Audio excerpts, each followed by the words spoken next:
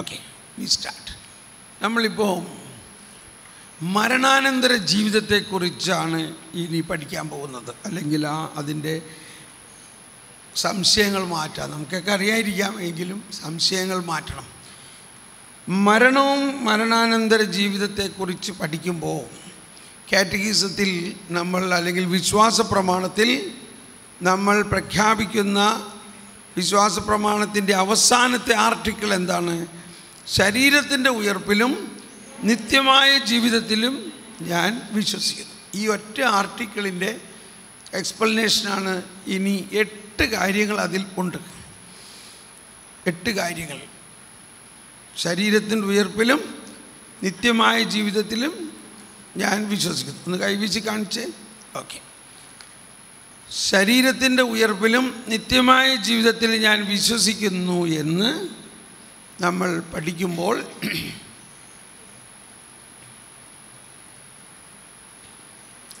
അവിടെ പഠിക്കാനുള്ള 8 കാര്യങ്ങൾ. ഒന്ന്, ശരീരത്തിൻ്റെ ഉയർപ്പ്. എന്താണ് ഉയർപ്പ്? എന്താണ് ഉയർപ്പ്? 2, ഉയർക്കണമെങ്കിൽ മരിക്കണം. എന്താണ് മരണം? 3, മരിക്കുമ്പോൾ തന്നെ സംഭവിക്കുന്ന ഒന്നാണ് തനത് വിധി, പർട്ടിക്കുലർ ജഡ്ജ്മെൻറ്റ്, തനത് വിധി. 3. 4, സ്വർഗം. 5, ശുദ്ധീകരണ സ്ഥലം. 6, നരകം. 7, പൊതുവിധി. 8, പുതിയ ആകാശം, പുതിയ ഭൂമി. ഓക്കെ. അപ്പോൾ നമ്മളിത് അല്പം വിശദമായിട്ട് ഇനി എക്സ്പ്ലെയിൻ ചെയ്യാം. ഞാൻ ഇതെല്ലാം കാറ്റഗിസത്തിലെ പ്രബോധനങ്ങൾ അനുസരിച്ചാണ് നമ്മൾ പഠിക്കേണ്ടത്. സഭയിൽ ഒരുപാട് വിശുദ്ധന്മാർ ഇതിനെക്കുറിച്ച് പ്രബോധനങ്ങൾ നൽകിയിട്ടുണ്ട്. അതെല്ലാം ക്രോഡീകരിച്ചിട്ടാണ് കാറ്റഗിസം ഉണ്ടാക്കിയിട്ടുള്ളത്. അപ്പോൾ ചിലർ പറയാറുണ്ട്, ഓക്കെ, അപ്പോൾ നമ്മളതിൽ ഈ കാറ്റഗിസമാണ് അൾട്ടിമേറ്റ് അപ്രൂവ്ഡ് ടീച്ചിങ്. സഭയുടെ ഔദ്യോഗികമായ പ്രബോധനമാണ് ഇത്. ഇതാണ് നമ്മൾ ഫോളോ ചെയ്യേണ്ടത്.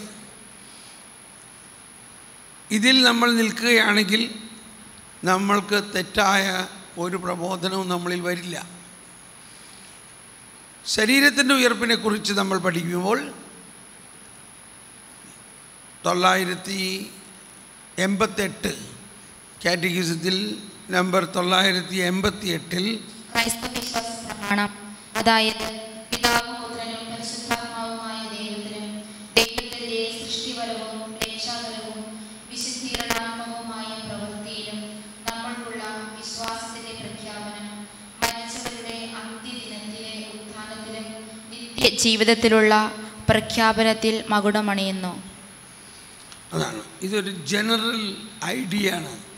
വിശ്വാസ പ്രമാണത്തിൻ്റെ ആദ്യ ഭാഗങ്ങളെല്ലാം ഒന്ന് വായിച്ച ആദ്യത്തെ സെൻറ്റൻസ്, ക്രൈസ്തവ വിശ്വാസ പ്രമാണം, അതായത് പിതാവ് പുത്രനും പരിശുദ്ധാത്മാവുമായ ദൈവത്തിലും ദൈവത്തിൻ്റെ സൃഷ്ടിപരവും രക്ഷാകരവും വിശുദ്ധീകരണാത്മകവുമായ പ്രവൃത്തിയിലും നമുക്കുള്ള വിശ്വാസത്തിന്റെ പ്രഖ്യാപനം. പ്രഖ്യാപനം.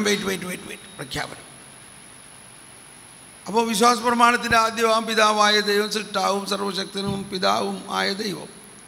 2ാമത് പുത്രനായ ദൈവം. 3ാമത് പരിശുദ്ധാത്മാവായ ദൈവം. ഇവരിലെ എല്ലാം പ്രവൃത്തിയെക്കുറിച്ചെല്ലാം നമ്മൾ പ്രഖ്യാപിച്ച് ആ പ്രഖ്യാപനം മകുടമണിയുന്നത്. വായിച്ചോളൂ അവസാനം സെൻറ്റൻസ്. ഈ പ്രഖ്യാപനം മകുടമണിയുന്നത് മരിച്ചവരുടെ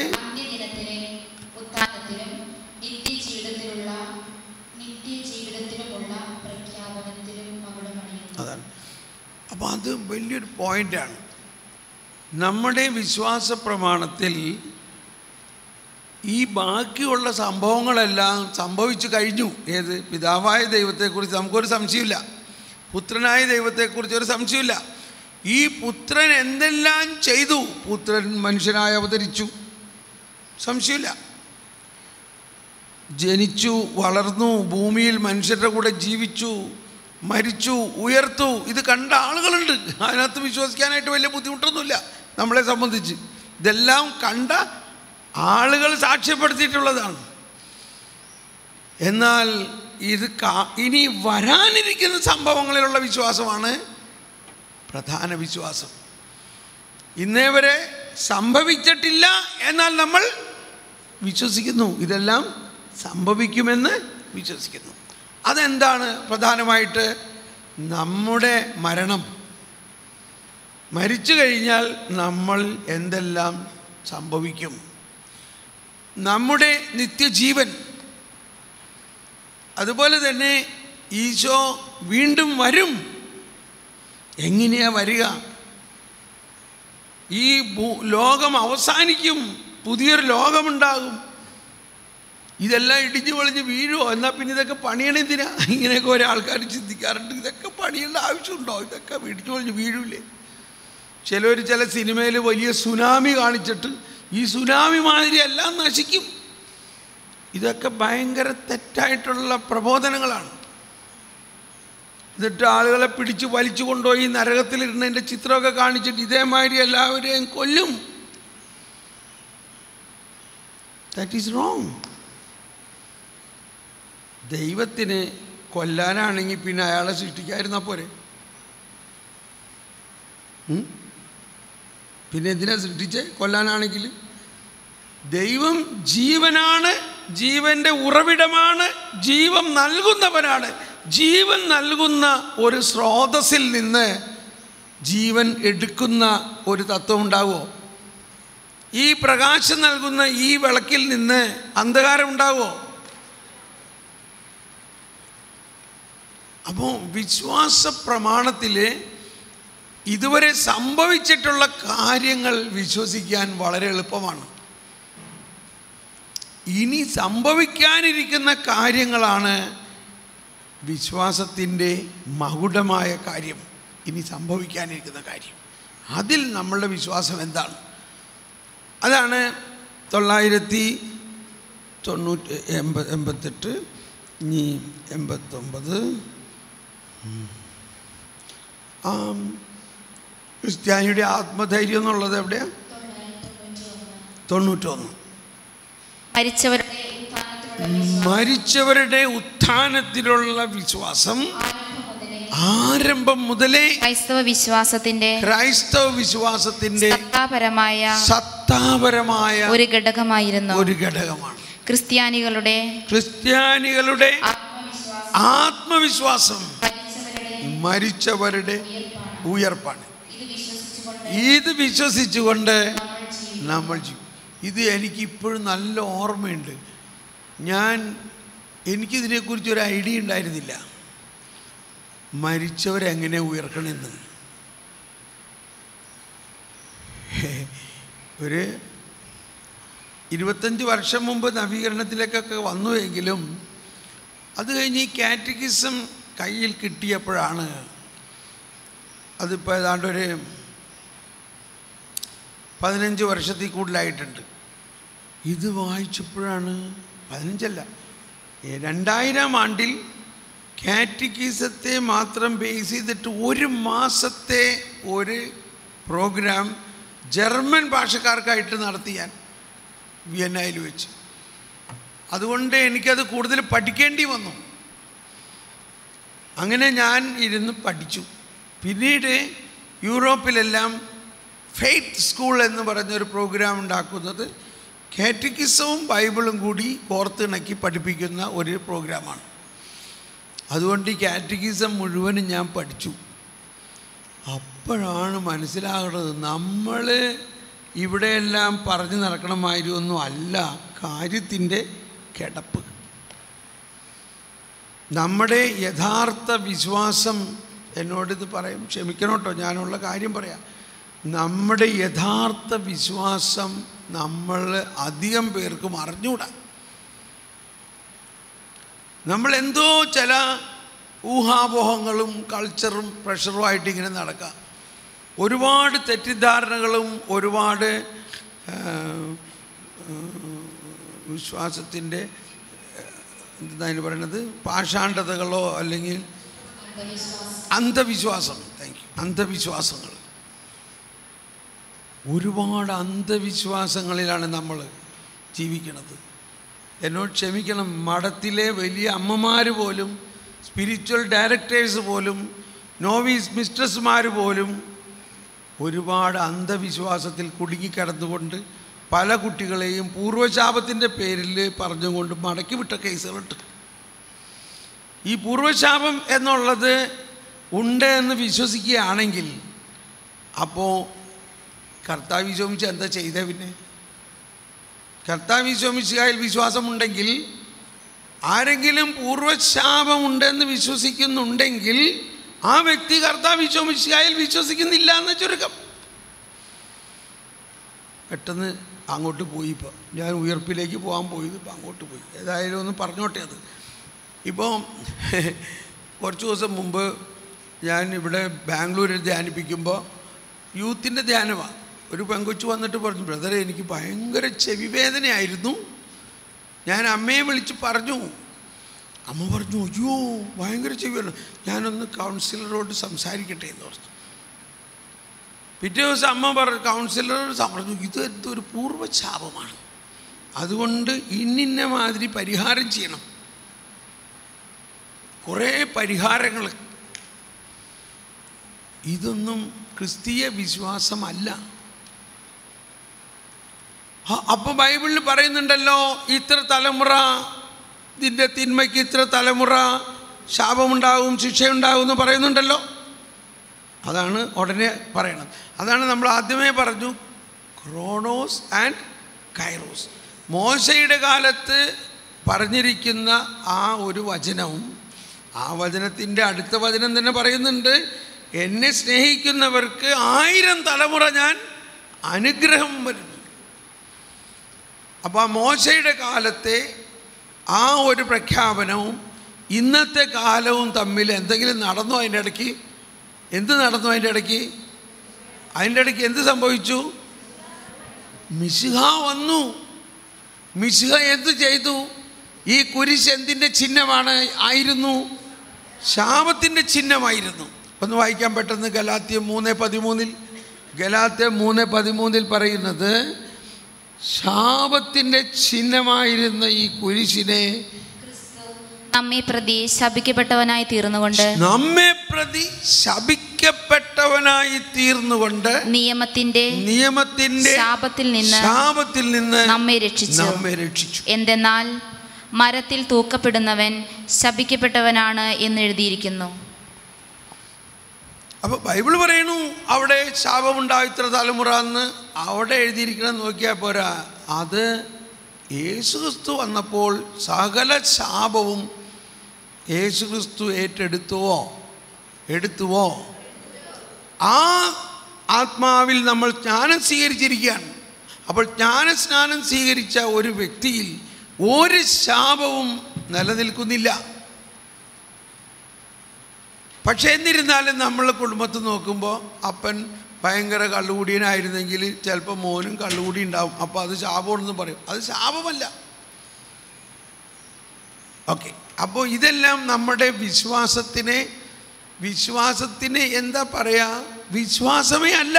അപ്പം പിന്നെ എന്താ വിശ്വാസം? യേശുക്രിസ്തുവിൽ ആ വ്യക്തി വിശ്വസിക്കുന്നേ ഇല്ല എന്ന് പറയും. അതുകൊണ്ടാണ് ആ വ്യക്തിയുടെ ജീവിതത്തിൽ ഒരു വിജയം ഉണ്ടാവില്ല. അപ്പോൾ പറയും അത് പൂർവ്വശാപമാണ്. പൂർവ്വശാപമല്ല, യേശുക്രിസ്തുവിൽ വിശ്വസിക്കാത്തത് കൊണ്ടാണ്. അപ്പോൾ നമ്മൾ റിലീജിയസ് ആയിട്ടുള്ള നമ്മൾ ഈ സത്യം അറിയണം. നമ്മൾ കൂടി അത് ശാപം കേട്ടോ, അവൻ്റെ അപ്പൻ മഹാപശകായിരുന്നു, അതുകൊണ്ട് അത് തന്നെ ഇപ്പം അത് ശരിയാണ്. അങ്ങനെയുള്ള കൊച്ചിനെ നമുക്ക് നമ്മുടെ കമ്മ്യൂണിറ്റിക്ക് വേണ്ട. ആ ശാപം മുഴുവനും നമ്മുടെ കമ്മ്യൂണിറ്റിയിലേക്ക് കൊണ്ടുവരണ്ട. അതുകൊണ്ട് അതിനെ വേഗം പറഞ്ഞു വിട്ട് കണ്ട ദൈവവിളി ഇപ്പോൾ നേരത്തെ പറഞ്ഞില്ലേ 23 ഏത് ഈശോ പറഞ്ഞില്ലേ, നിങ്ങൾ മഠത്തിൽ ചേർക്കാൻ ഓരോരുത്തരെ നാടും കടലും കരയും കടന്ന് ഫോറിനിൽ വരെയൊക്കെ പോയി റിക്രൂട്ട് ചെയ്ത് ഇവിടെ കൊണ്ടുവന്നിട്ടോ മനസ്സിലായി, എടാ ഇത് ആകെ പൂർവ്വശാപമുള്ള കുടുംബത്തിൽ നിന്നാണ് വന്നേക്കണത്, വേഗം പറഞ്ഞു വിടുന്നു. എന്നോട് ക്ഷമിക്കണം, അങ്ങനെ പറഞ്ഞു വിട്ടേക്കണവർ എൻ്റെ അടുത്ത് വന്ന് കരയുമ്പോൾ ഞാൻ വേദനിക്കണതാണ്. എന്ന് ആരോട് പറയാനേ? ഇനി വേറെ കോൺഗ്രിഗേഷനിൽ ചെന്ന് കഴിയുമ്പോൾ അയ്യോ ആ കോൺഗ്രിഗേഷനിൽ നിന്ന് പറഞ്ഞു വിട്ട സ്ഥിതിക്ക് ഈ കോൺഗ്രിഗേഷനിൽ ചേർക്കാനും പറ്റില്ല.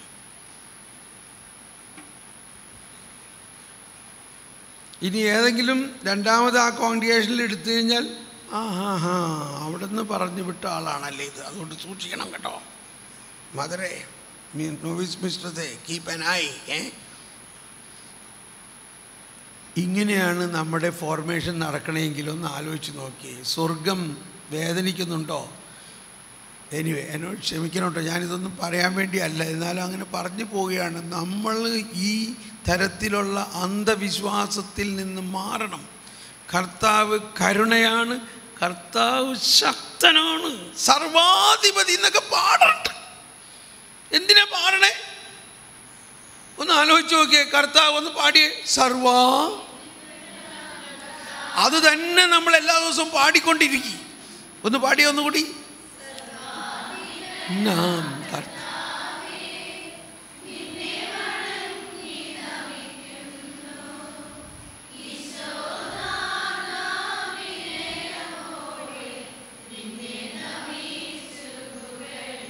കർത്താവ് സർവാധിപനാണ്. ഓക്കെ, നമുക്കിനി സമയമില്ല.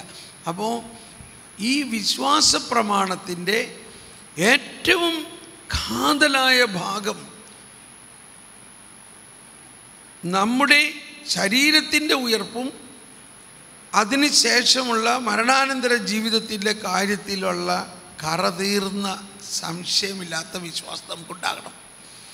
ഞാൻ പറഞ്ഞു വന്നത്, ഞാൻ ഈ ശരീരത്തിൻ്റെ ഉയർപ്പിനെക്കുറിച്ച് മനസ്സിലായതോടുകൂടി എനിക്ക് ഭയങ്കര ആത്മവിശ്വാസവും ആത്മധൈര്യവും ഭയമെന്ന് പറയുന്ന ഒന്നില്ല എനിക്ക്.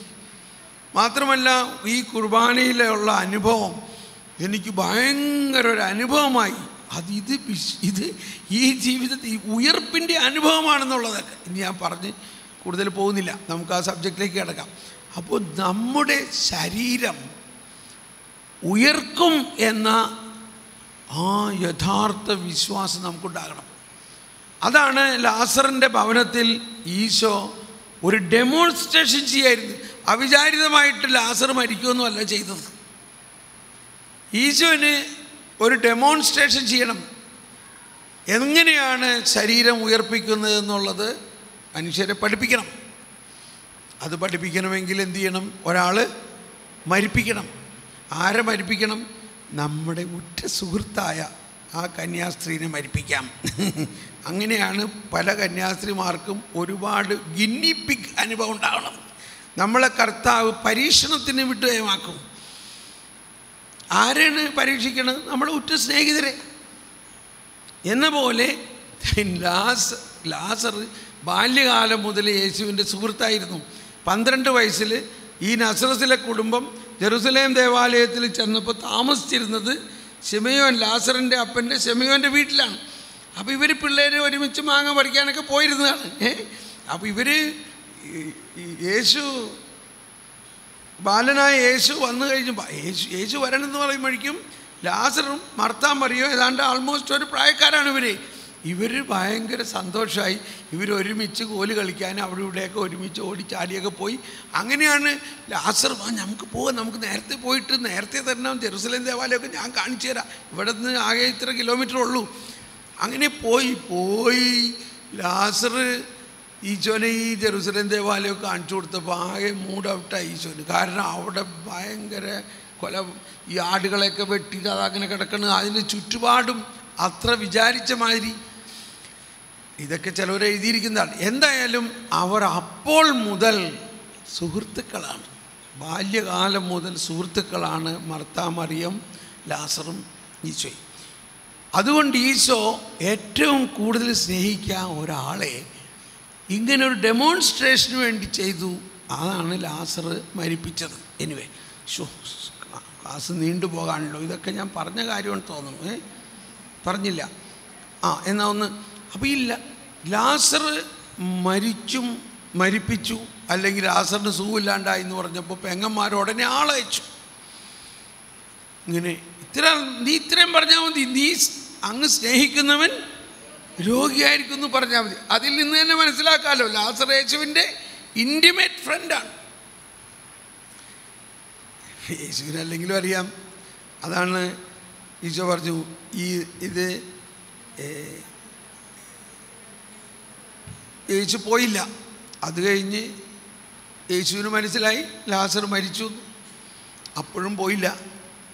ഇവിടെ ഈ പെണ്ണുങ്ങളൊക്കെ ഭയങ്കര യേശു അവരുടെ വലിയ ആളാണെന്ന് നാട്ടുകാരോടൊക്കെ പറഞ്ഞിരിക്കുകയാണേ. അപ്പോൾ എന്തോ ഒരു അവഹേളനമാണ് നാട്ടിലുണ്ടായതെന്ന് ആലോചിച്ചു. എവിടെ പോയി?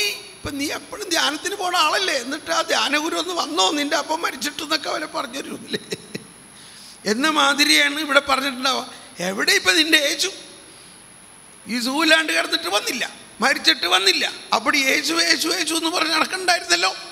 ഇങ്ങനെ വരെയൊക്കെ ആൾക്കാർ ഇവളെ കളിയാക്കിയിട്ടുണ്ടാവും. ഇവർ ലജ്ജയും. അങ്ങനെ ഇരിക്കെ 4-ാം ദിവസം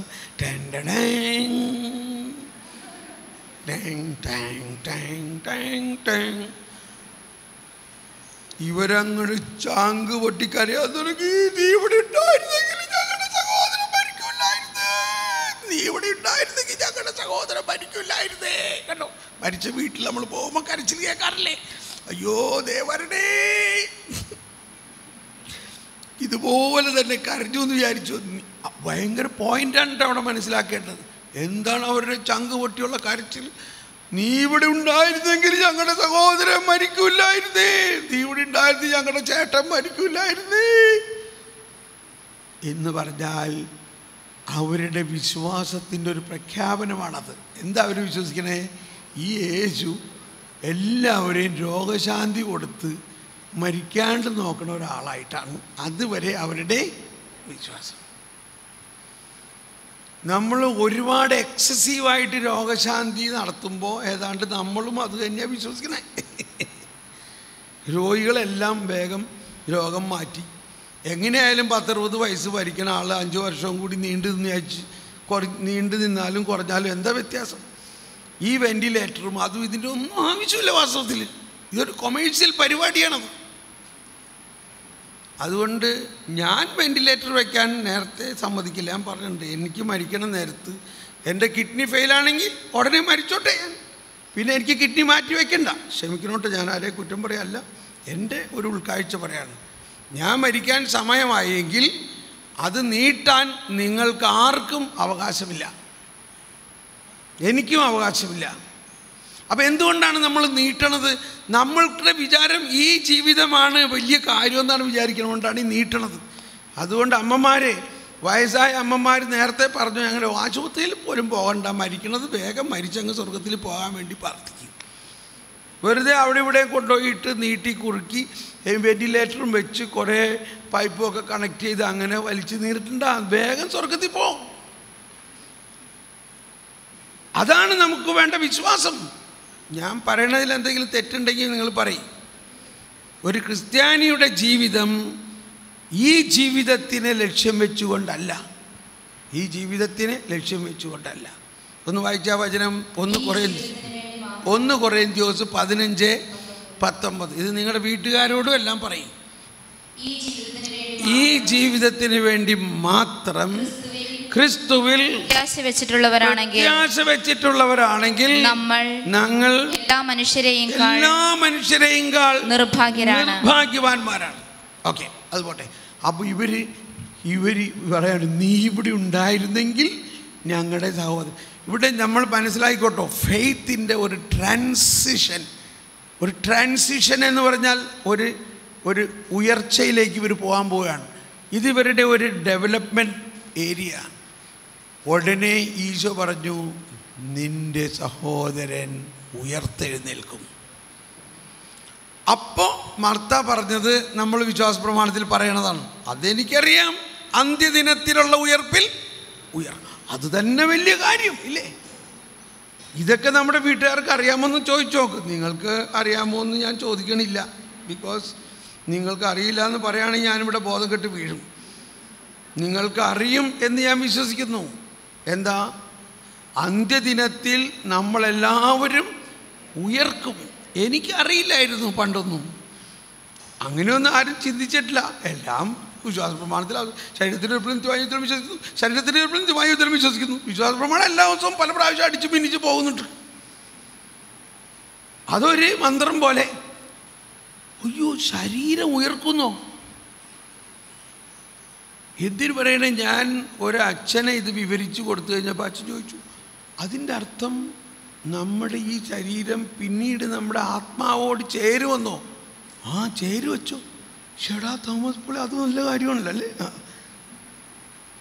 അതിൽ നിന്ന് എനിക്ക് കിട്ടിയൊരു ധ്വനി ഇപ്പോഴാണ് അച്ഛനത് ശരിക്കും മനസ്സിലാകണമെന്നുള്ളതാണ്.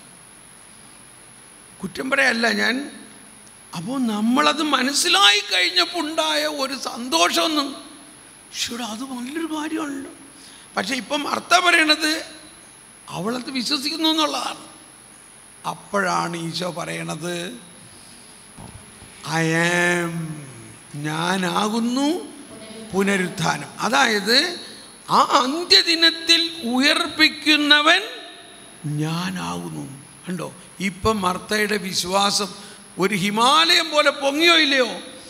ഇത്രയും നാൾ മർത്ത വിശ്വസിച്ചിരുന്നത് യേശു എല്ലാവർക്കും രോഗശാന്തിയൊക്കെ നടത്തി നാട്ടുകാരെല്ലാം എന്ത് രോഗം ഉണ്ടെങ്കിലും സൗഖ്യപ്പെടുത്തുന്ന ഒരാളാണ്.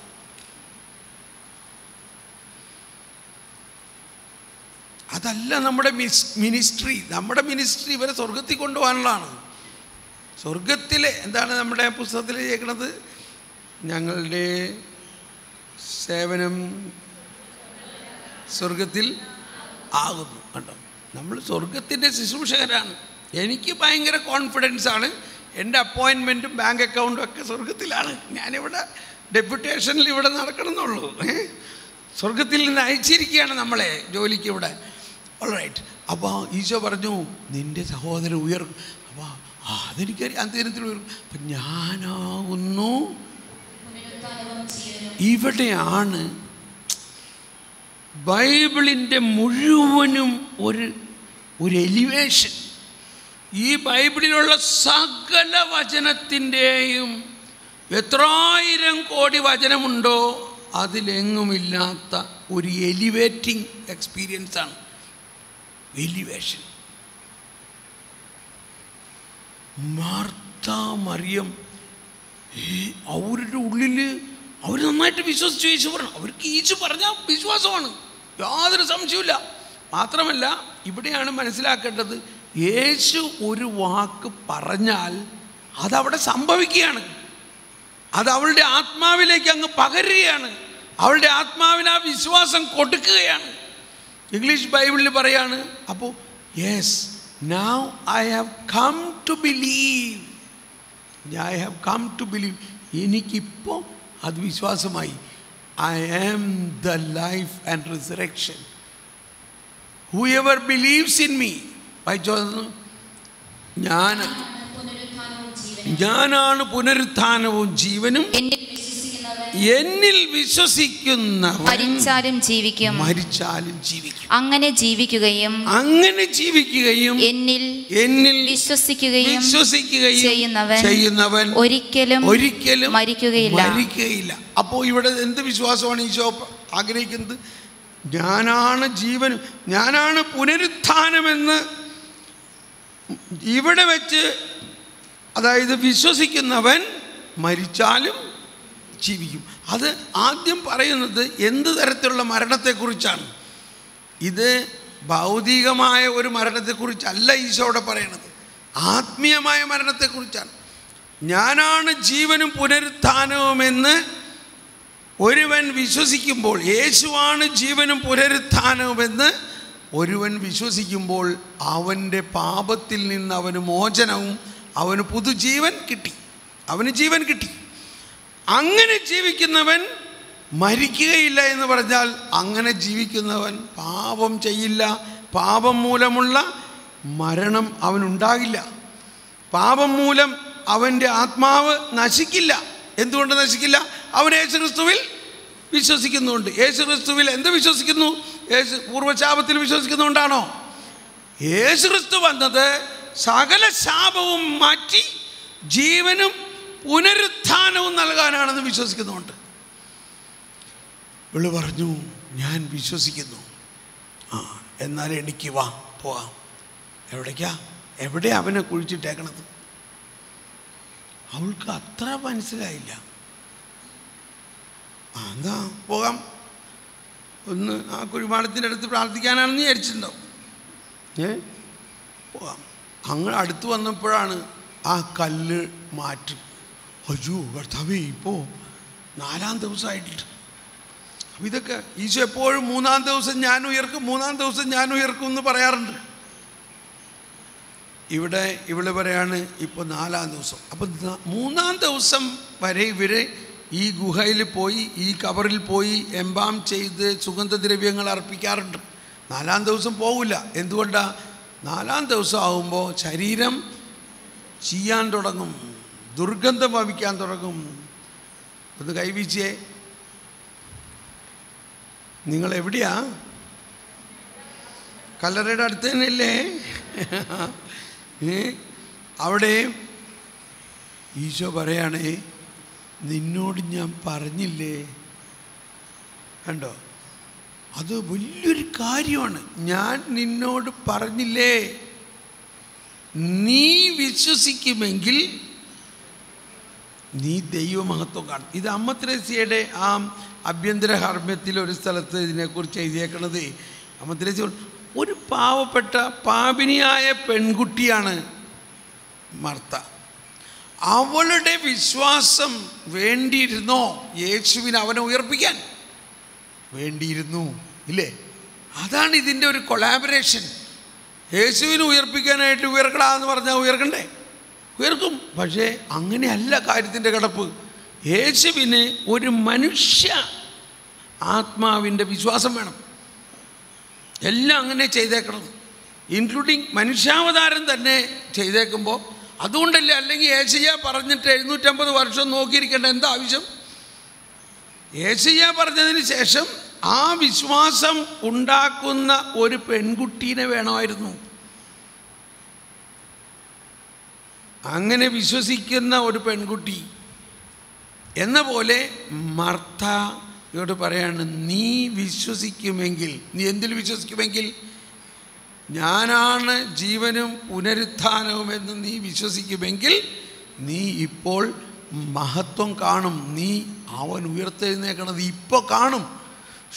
എൻ്റെ ദൈവമേ, എനിക്ക് അത് ചിന്തിക്കുമ്പോൾ തന്നെ എൻ്റെ അകത്തുനിന്ന് ആത്മാവ് ഇങ്ങനെ വികസിച്ചിങ്ങനെ പൊട്ടിപ്പോകാൻ പോകും. അപ്പം അവളുടെ എന്തായിരുന്നു എനിക്ക് അവസ്ഥ? അവൾ പറഞ്ഞു, ഞാൻ വിശ്വസിക്കുന്നു കർത്താവേ, ഞാൻ വിശ്വസിക്കുന്നു. ഒന്ന് വായിച്ചേ, എന്ത് പറഞ്ഞിട്ടാണ് വിശ്വസിക്കുന്നു എന്ന് പറഞ്ഞത്? യെസ്, വായിച്ചോ.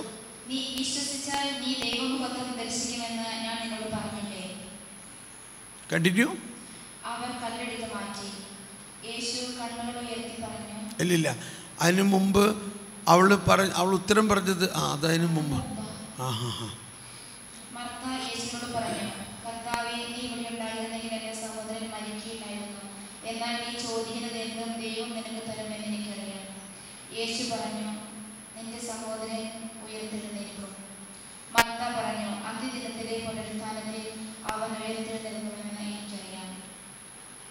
വായിച്ചോളൂ. യേശു അവളോട് പറഞ്ഞു, ഞാനാണ് പുനരുത്ഥാനവും ജീവനും. എന്നിൽ വിശ്വസിക്കുന്നവൻ മരിച്ചാലും ജീവിക്കും. അങ്ങനെ ജീവിക്കുകയും എന്നിൽ വിശ്വസിക്കുകയും ചെയ്യുന്നവൻ ഒരിക്കലും മരിക്കുകയില്ല. നീ ഇതിൽ വിശ്വസിക്കുന്നുവോ? അവൾ പറഞ്ഞു, കർത്താവേ, നീ ലോകത്തിലേക്ക് വരാനിരുന്ന ദൈവപുത്രനായ ക്രിസ്തുവാണെന്ന് ഞാൻ വിശ്വസിക്കുന്നു. ഇത് അങ്ങ് വിശ്വസിക്കുകയാണെങ്കിൽ ബാക്കി എല്ലാം ശരിയാവും നമ്മളിൽ. മറിച്ച് നമ്മൾ മോശ തന്ന 10 കൽപ്പനയും ആ കൽപ്പന പാലിക്കേണ്ടെന്ന് നോക്കി നടക്കണമെന്നല്ല ഇവിടുത്തെ വിശ്വാസം. നോക്കി, ഈ വിശ്വാസ പ്രമാണത്തിൽ എവിടെയാണ് എഴുതിയേക്കണത് ഇന്നിന്ന കാര്യങ്ങൾ കൽപ്പനകളിൽ വിശ്വസിക്കണമെന്ന് എഴുതിയിട്ടുണ്ടോ? വിശ്വസിക്കണമെന്ന് എഴുതിയേക്കണത് കർത്താവിൽ വിശ്വസിക്കാൻ എഴുതിയേക്കണത്. ഞാനിതൊക്കെ പറയുമ്പോൾ എന്നോട് ക്ഷമിക്കണേ, ഞാൻ കൽപ്പന പാലിക്കണ്ട എന്നല്ല പറയണേ. കൽപ്പന ഫുൾഫിൽ ചെയ്യാൻ വന്ന ആളിൽ വിശ്വസിക്കണം. നമ്മൾ കൽപ്പന എഴുതി ഒട്ടിച്ച് കൊണ്ടിരുന്നാൽ കാര്യം നടക്കില്ല. ജീവൻ നൽകുന്നവനിൽ വിശ്വസിക്കണം. മരിച്ചാലും ഉയർപ്പിക്കുന്നവനിൽ വിശ്വസിക്കണം. നമ്മൾ മരിച്ചെന്നും പറഞ്ഞുകൊണ്ട് ആളെ പുറത്താക്കരുത്.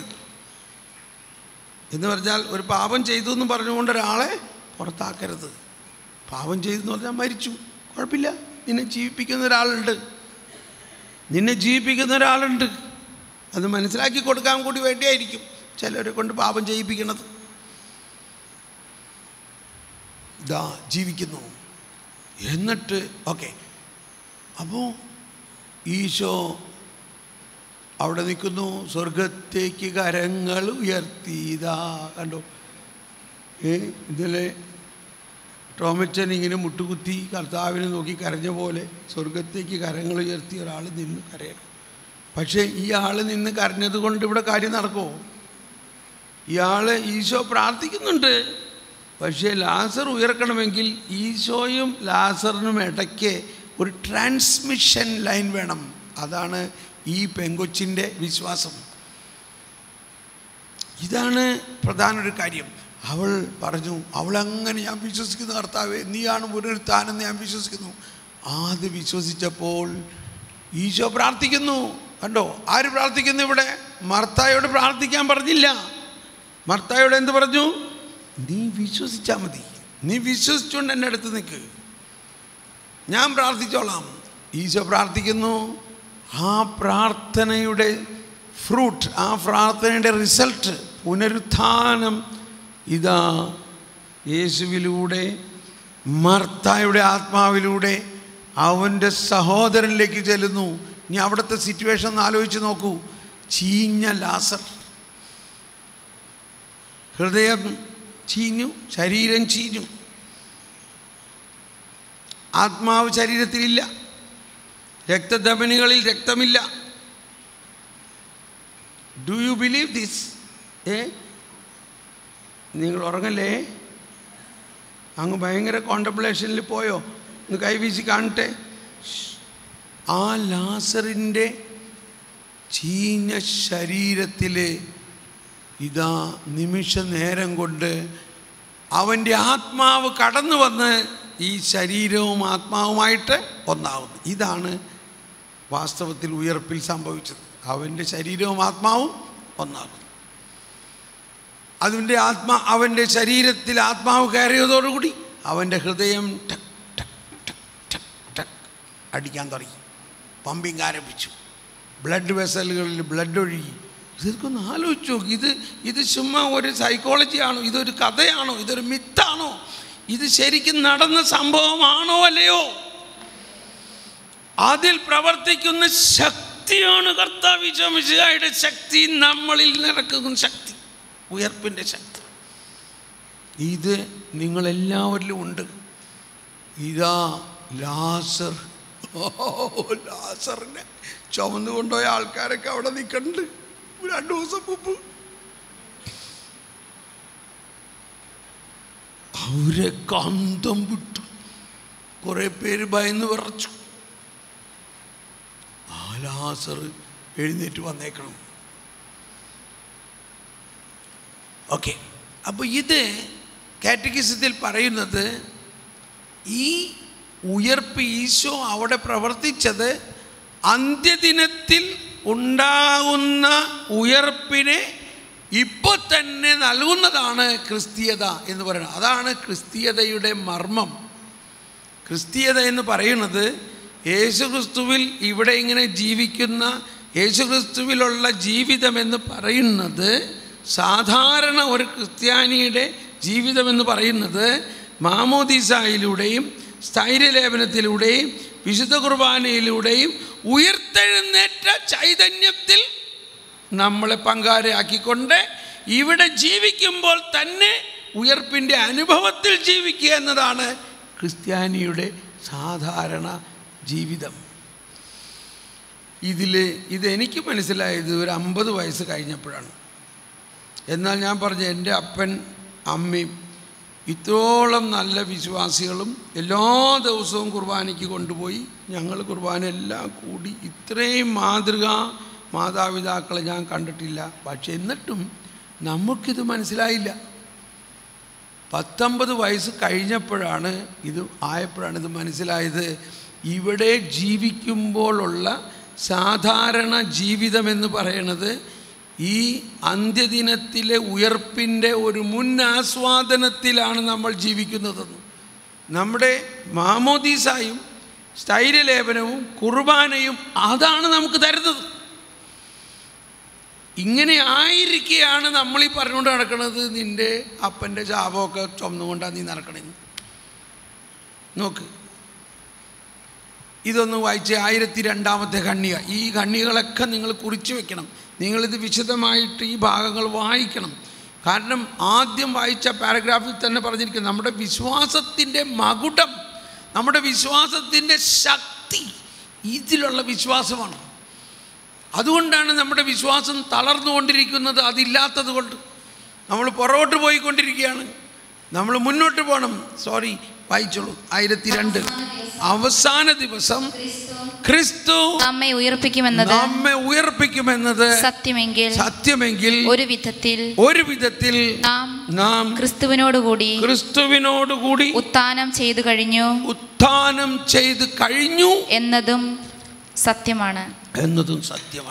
എന്തെന്നാൽ പരിശുദ്ധാത്മാവിന്റെ പ്രവർത്തനത്താൽ ക്രിസ്തീയ ജീവിതം ഭൂമിയിൽ ഇപ്പോൾ തന്നെ ക്രിസ്തുവിന്റെ മരണത്തിലും ഉത്ഥാനത്തിലുമുള്ള പങ്കുചേരലാണ്. ഉച്ചത്തിൽ എല്ലാവരും ഏറ്റു പറഞ്ഞേ, അവസാന ദിവസം ക്രിസ്തു നമ്മെ ഉയർപ്പിക്കുമെന്നത് സത്യമെങ്കിൽ ഒരു വിധത്തിൽ നാം ക്രിസ്തുവിനോടുകൂടി ഉത്ഥാനം ചെയ്തു കഴിഞ്ഞു എന്നതും സത്യമാണ്.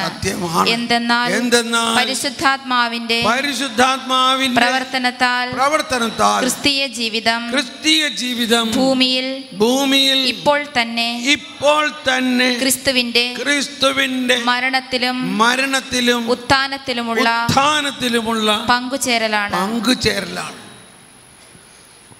അവസാനത്തെ സെന്റൻസ് ഒന്നുകൂടി പറഞ്ഞേ എല്ലാവരും.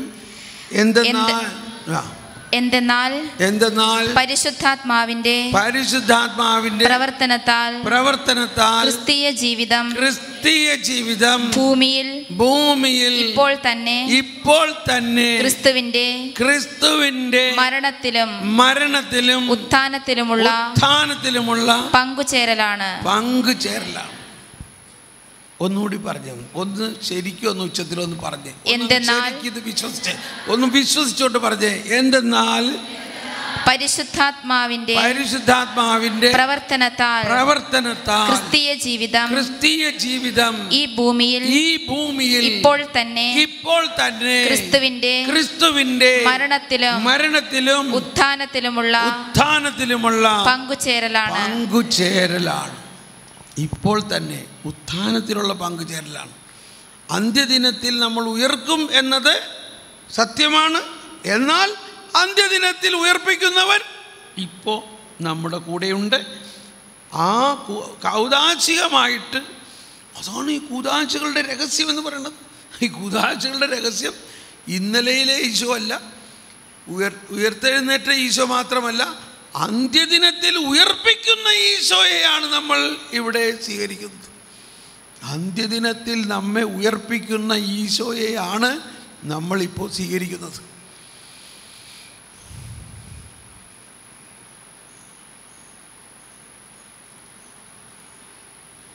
ഓക്കെ, 1002 വായിച്ചത് അല്ലേ?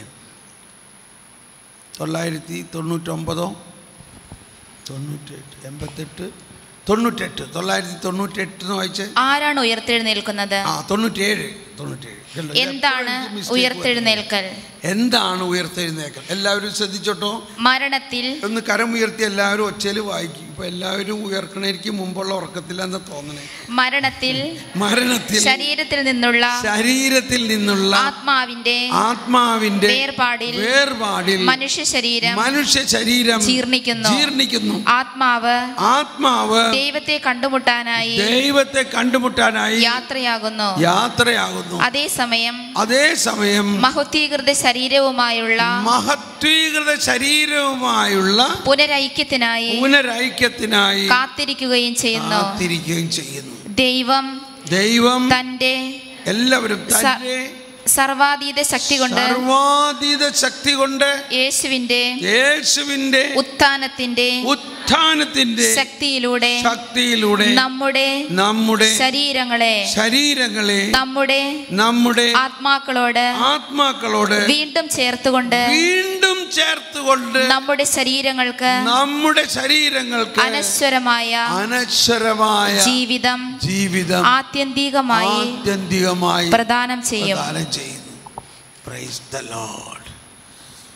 പാഴൂഴിയിലുയരും ശോശാന പൂക്കൾ പോൽ കൈപ്പണിയില്ലാത്തൊരു വസ്ത്രം ചാർത്തിയിടുമ്പോൾ ആദാം മക്കൾക്കായി റൂക്കുദിശ നെയ്ത കൈപ്പണിയില്ലാത്തൊരു വസ്ത്രം ചാർത്തിയിടുമ്പോൾ എന്തോ ഒരു മനോഹരമാണ്. ഈ മലങ്കര കുർബാനയിലെ ചില പാട്ടുകൾ ഇങ്ങനെ എല്ലാം യുഗാന്ത്യത്തെ കേന്ദ്രീകരിച്ചുള്ള കുറേ ഗാനങ്ങളുണ്ട്. ഓക്കെ, അപ്പോൾ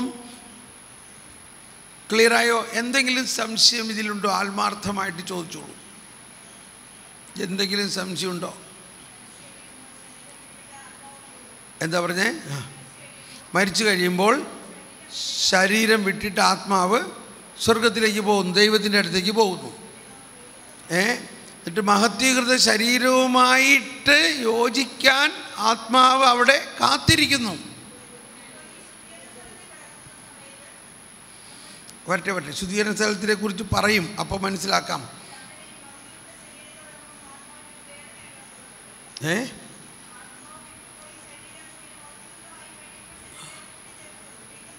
അങ്ങനെയല്ല, മഹത്വീകൃത ശരീരവുമായിട്ട് ചേരാൻ ആത്മാവ് കാത്തിരിക്കുന്നു. മഹത്വീകൃത ശരീരം വരാൻ പോണത് അന്ത്യദിനത്തിലാണ്. സ്വർഗത്തിലേക്ക് നമ്മുടെ ആത്മാവ് സ്വർഗത്തിലേക്ക് ചെല്ലുന്നു. ഇനി പെട്ടെന്ന് പറയാം, ശുദ്ധീകരണം എന്ന് പറയുന്നത് നമ്മളിവിടെ പറയുന്ന മാതിരിയുള്ള ഒരു ഇറച്ചി വറക്കണ മാതിരി ഒരു പരിപാടിയല്ല. നമ്മളിവിടെ പലരും പറയണത് അവിടെ ഭയങ്കര വറക്കലാണ്, പൊരിക്കലാണ്, തീയാണ്. ഈ തീയെല്ലാം പറയണത് സ്നേഹത്തിൻ്റെ അഗ്നിയാണ്. ഇപ്പം നമ്മളൊന്ന് പ്രാർത്ഥിച്ചേ, ശുദ്ധീകരണത്തിലെ ആത്മാക്കൾക്ക് വേണ്ടി നമ്മൾ സാധാരണ പ്രാർത്ഥിക്കുന്ന പ്രാർത്ഥന ഒന്ന് പ്രാർത്ഥിച്ചേ. മരിച്ച വിശ്വാസികൾക്ക് ആത്മാവുകൾ തമ്പുരാന്റെ മനോഗുണത്താൽ സ്വർഗത്തിൽ പ്രവേശിക്കാൻ ഇടയാകട്ടെ. ഒന്നും കൂടി പറഞ്ഞേ. മരിച്ച വിശ്വാസികളുടെ ആത്മാക്കൾക്ക് തമ്പുരാന്റെ മനോഗുണത്താൽ സ്വർഗത്തിൽ പ്രവേശിക്കാൻ ഇടയാകട്ടെ. നിത്യപിതാവേ ഈശോ മിശിഹാ കർത്താവിന്റെ വിലതീരാത്ത തിരുരക്തത്തിന്റെ യോഗ്യതയാൽ മരിച്ച വിശ്വാസികളുടെ മേൽ കരുണയായിരിക്കണമേ. പെർഫെക്റ്റ് ആണത്.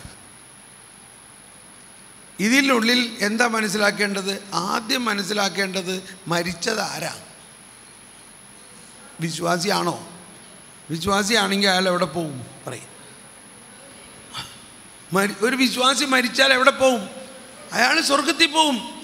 ആ സ്വർഗത്തിൽ പോകുന്നതിന് ആവശ്യമായ പൂർണ്ണ വിശുദ്ധീകരണം നൽകുന്നതും ഈ കർത്താവ് ഈശോ മിശിഹാ തന്നെയാണ്. അതാണ് അടുത്ത പ്രാർത്ഥന.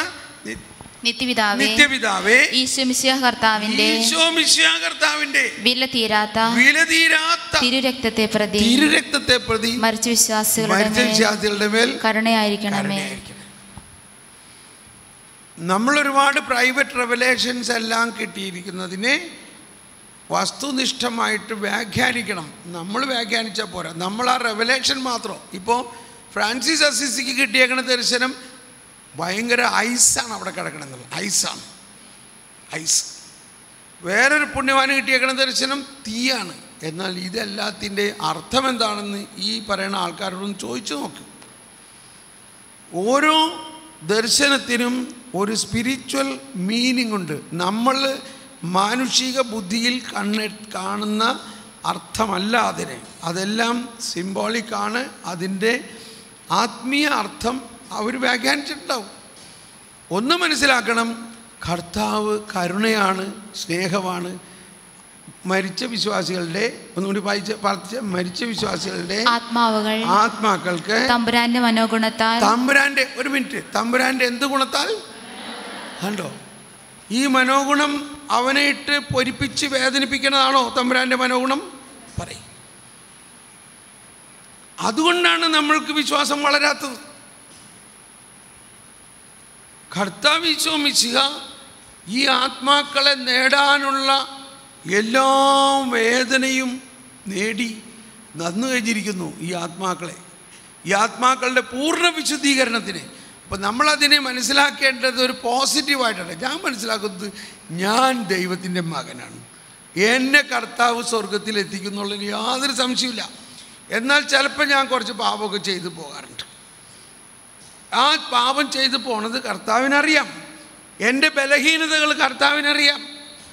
ആ ബലഹീനതകൾ മാറ്റാൻ ഞാൻ കുറേ പ്രാർത്ഥിക്കുന്നുണ്ട്. ഈ ബലഹീനതകളെല്ലാം വിശുദ്ധീകരിച്ച് ഇവിടെ വെച്ച് തന്നെ പൂർണ്ണമായിട്ട് വിശുദ്ധീകരിച്ച് വേണമെങ്കിൽ എന്നെ സ്വർഗത്തിൽ കൊണ്ടുപോകാം. വിഷമിക്കണ്ട. ഇനി ഇവിടെ വെച്ച് പൂർണ്ണമായിട്ട് വിശുദ്ധീകരിച്ചില്ലെങ്കിൽ എൻ്റെ അവകാശമാണ് മരണശേഷം എനിക്കൊരു വിശുദ്ധീകരണമുണ്ടെന്നുള്ളത് എൻ്റെ പ്രിവിലേജാണ്. It is my privilege that ഞാൻ ഇവിടെ വെച്ച് മുഴുവനും വിശുദ്ധീകരിക്കപ്പെട്ടിട്ടില്ലെങ്കിലും മരണശേഷം എൻ്റെ വിശുദ്ധീകരണത്തിന് വേണ്ടി എൻ്റെ ഈശോ എല്ലാം ചെയ്ത് കഴിഞ്ഞിരിക്കണം. ഇതിലെന്തെങ്കിലും തെറ്റുണ്ടോ ഈ പറഞ്ഞതിൽ? ഇതിൽ സംശയമുണ്ടോ? ഇങ്ങനെ നിങ്ങൾക്ക് വിചാരിക്കാൻ പറ്റുമോ? It is to be thought positively. അപ്പോൾ അതാണ് ഇനി അടുത്ത് നമ്മൾ പഠിക്കാൻ പോകുന്നത്. ഓക്കെ, അപ്പോൾ ഒന്നുകൂടി വായിക്കാം. ഈ 997 ഒന്നുകൂടി വായിച്ചോളൂ. എന്താണ് ഉയർത്തെഴുന്നേൽക്കൽ? മരണത്തിൽ ശരീരത്തിൽ നിന്നുള്ള ആത്മാവിന്റെ വേർപാടിൽ. അതാണ് മരണം. ഫസ്റ്റ് ഓഫ് ഓൾ, മരണം എന്ന വാക്കിൻ്റെ നമ്മൾ ഉദ്ദേശിക്കുന്ന അർത്ഥമല്ല. എന്നിട്ട് ഒരു കടലാസിൽ കറുത്ത മഷിയിലൊക്കെ അടിച്ച് ആകെ കൂടി എന്തോ വലിയ ഭീകര സംഭവം നടന്ന മാതിരി കരിങ്കൊടിയെല്ലാം കാണിച്ച്, ഇതൊന്നും അല്ല മരണത്തിൻ്റെ മരണം. അങ്ങനെ എന്തിനാ നമ്മൾ ചിന്തിക്കണേ? ഇത് ആരുണ്ടാക്കി വെച്ചതൊക്കെ? മരണം എത്ര മാധുര്യമുള്ള ഒന്നായിട്ടാണ് ദൈവം കണക്കാക്കുന്നത്. നമ്മൾ മരണത്തെ ഒരു സാഡ് ന്യൂസ്, ഒരാൾ ഒരിക്കലും ധ്യാനത്തിൻ്റെ ബ്രദർ ഒരു സാഡ് ന്യൂസ് ഉണ്ട്, എന്താ ഞങ്ങളുടെ വികാരിയച്ഛൻ മരിച്ചുപോയി. നമ്മുടെ സാഡ് ന്യൂസ് ആവണം എങ്ങനെയത്? നിങ്ങളുടെ വികാരിയച്ഛൻ സ്വർഗത്തിലേക്ക് പോയി എന്ന് പറയും. Praise the Lord. അങ്ങനെ എല്ലാ ദിവസവും കർത്താവിൻ്റെ ബലിയർപ്പിക്കണ വൈദികൻ മരിച്ചെന്ന് പറഞ്ഞാൽ എന്താ അർത്ഥം? അദ്ദേഹത്തിൻ്റെ ഇഹലോകവാസം കഴിഞ്ഞ് സ്വർഗീയ ആനന്ദത്തിലേക്ക് പ്രവേശിച്ചു. Why you say sad news? അപ്പോൾ ഇതിങ്ങനെയൊക്കെ നമ്മൾ പറയുമെങ്കിലും ഇത് നമ്മൾക്ക് മാറാൻ പോണില്ല. ഇത് മാറാൻ പോണില്ല. ഇതിങ്ങനെ തന്നെ നമ്മൾ പറഞ്ഞുകൊണ്ട് നടക്കുള്ളൂ. ഓക്കെ, അപ്പോൾ കേട്ടോ, എന്താണ് മരണം? മരണം എന്നതിൻ്റെ അർത്ഥം ശരീരത്തിൽ നിന്നുള്ള ആത്മാവിന്റെ വേർപാടിൽ. അതാണ് മരണം. ആത്മാവ്, ഒരു മിനിറ്റ്, ഈ ആത്മാവ് മരിച്ചിട്ടില്ല. ആത്മാവ് സ്വർഗത്തിലേക്ക് പോയി. ശരീരവും മരിച്ചിട്ടില്ല എന്ന് പറഞ്ഞാൽ ശരീരം ഭൂമിയിലേക്ക് പോയത് സംസ്കരിക്കപ്പെടാൻ വേണ്ടിയാണ്. എന്തിനു വേണ്ടിയാണ് പോയേക്കണത്? സംസ്കരിക്കപ്പെടാൻ വേണ്ടി. എന്താണ് സംസ്കരിക്കപ്പെടുക എന്ന് പറഞ്ഞാൽ? റിഫൈനിങ് ആണ് നടക്കാൻ പോണേ. ഈ ശരീരം ഇനി സംസ്കരിക്കപ്പെട്ട് ആത്മീയ ശരീരമായി വരും. ആത്മാവ് ദൈവത്തെ കണ്ടുമുട്ടാനായി യാത്രയാകുന്നു. അതേസമയം മഹത്വീകൃത ശരീരവുമായുള്ള പുനരൈക്യത്തിനായി കാത്തിരിക്കുകയും ചെയ്യുന്നു. അത് ഭയങ്കര ടൈം ഗ്യാപ്പ് ഉണ്ട് ഇവിടെ. ഇപ്പം ഒരാൾ മരിച്ചു, സ്വർഗത്തിലേക്ക് പോയി. ആ സ്വർഗത്തിലായിരിക്കുന്ന ആത്മാവ്, ഇപ്പോൾ സിസ്റ്റർ പറഞ്ഞ മഹത്വീകൃത ശരീരവുമായി കാത്തിരിക്കാൻ, ആത്മാവ് മഹത്വീകൃതമാണ് സ്വർഗത്തിൽ ചെല്ലുമ്പോൾ, ക്ലിയർ. പക്ഷേ ആത്മാവ് തൻ്റെ കൂട്ടുകാരിയെ നോക്കിയിരിക്കുകയാണ്. ആരാണ് കൂട്ടുകാരി? തൻ്റെ ശരീരം. ആ ശരീരം